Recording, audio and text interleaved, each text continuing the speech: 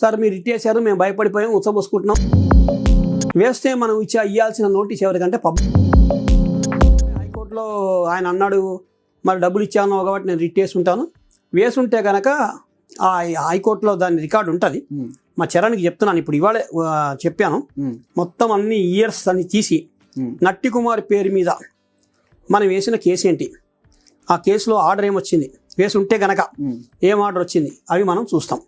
Suppose case వేసేమో అనుకుందాం sir, వేస్తే మనం ఇవ్వాల్సిన నోటీస్ ఎవరికంటే పబ్లిక్ ప్రాసిక్యూటర్కి, ఇంకెవరికి ఇవ్వం మేము నోటీసు. ఎందుకంటే అది కాన్స్టిట్యూషనల్ కోర్టు కాబట్టి, హైకోర్టులో పోలీసుల మీద వేసిన కేసు కాబట్టి ఓన్లీ పబ్లిక్ ప్రాసిక్యూటర్కి నోటీస్ ఇస్తాం.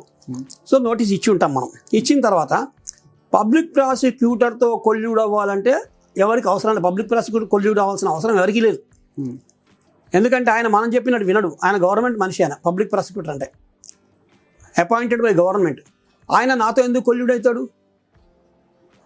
ఎక్కడా కూడా మీరు ఏ చరిత్ర చూసుకున్నా ఏదో ప్రైవేట్ వ్యక్తుల మధ్య అంటే కొల్యూడ్ అవ్వచ్చు. ఇప్పుడు మీలాంటి వాళ్ళ మీద కేసు వేస్తే మీరు నా దగ్గరకు వచ్చి మాట్లాడుకుంటే మనం అండర్ హ్యాండ్ డీలింగ్స్ చేసుకోవచ్చు. కానీ గవర్నమెంట్ లాయర్ కదా, గవర్నమెంట్ లాయర్ అన్న పోలీసులు అన్న మనకేం వచ్చేసి డబ్బులు ఇచ్చారు. సార్ మీరు ఇట్టేశారు, మేము భయపడిపోయాం, ఉచ్చబోసుకుంటున్నాం, ఈ డబ్బులు తీసుకోండి అని అన్నారు ఎవరు కూడా. వాళ్ళు ఇంకా పగబడతారు. పగబట్టి మా మీద నువ్వు రిట్టేస్తావారా అని నా మీద వాళ్ళు యాక్షన్ తీసుకోవడానికి పోలీసులు వస్తారు. అంతే తప్ప మనం కొల్యూడ్ అవ్వడానికి అవకాశం లేదు. దానికి 50,000 రూపాయలు ఫీజు తీసుకుంటాను నేను. ఏ కేసు అయినా ఫీజు తీసుకుంటా. ఇప్పుడైతే నా ఫీజు 5 లక్షలు. ఒక సింగిల్ రిట్ పిటిషన్ వేయాలంటే నేను తీసుకునే ఫీజు ఇప్పుడే అడుగుతున్నాడు ఆయన. గద్వాల నుంచి ఒక క్లయింట్ వచ్చాడు ఇందాక, 7 లక్షల రూపాయలు ఫీజు చెప్పా. ఆయన బయటికి వెళ్ళి మా వాడితో మాట్లాడతాడు, సార్ ఏమన్నా ఫీజు తగ్గిస్తారంటే తగ్గిద్దాం, 6 లక్షలు ఇవ్వను. ఫస్ట్ 3 lakhs అడ్వాన్స్ ఇవ్వాలి, సెకండ్ 3 lakhs ఇన్స్టాల్మెంట్ ఇవ్వాలి. మేము పనిచేసేది ఫీజుల కోసం సార్. మేము ఎందుకు ఎక్కువ ఫీజులు తీసుకుంటాం అంటే మేము ఆపోజిట్ వాళ్ళతో కొల్యూడ్ అవ్వాల్సిన అవసరం మాకు లేదు. మా ఫీజులు మాకు వస్తాయని చెప్పాను, ఇంతకుముందు వీడియోలు చెప్పాను. కాబట్టి నట్టి కుమార్ గారు బాధపడటానికి కారణం ఏంటంటే ఆయన భార్య పిల్లలు మా ఆఫీస్కి వచ్చారనేది అబద్ధం.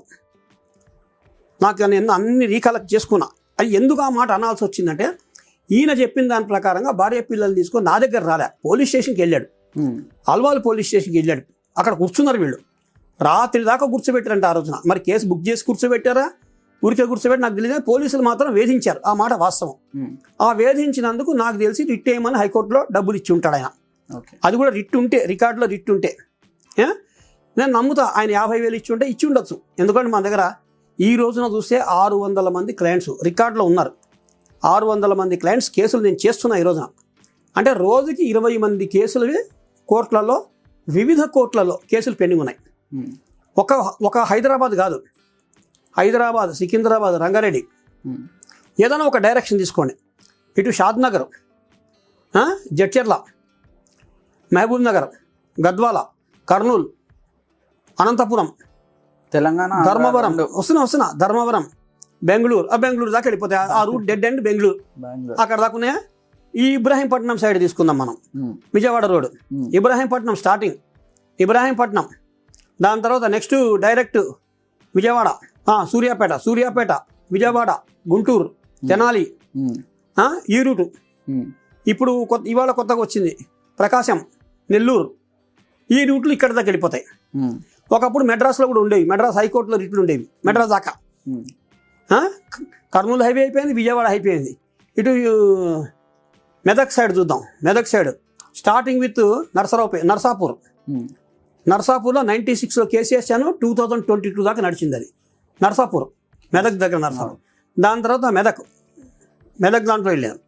ఇకపోతే జహీరాబాద్, నారాయణపేట్, ఎట్లా అయింది. మంత్రాలయం రోడ్ చూద్దాం,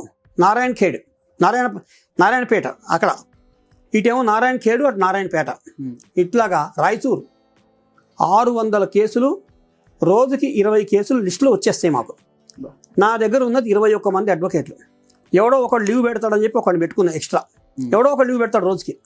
ఈ 20 మంది అడ్వకేట్లకి రోజు వర్క్ అలాట్ అయిపోతుంది.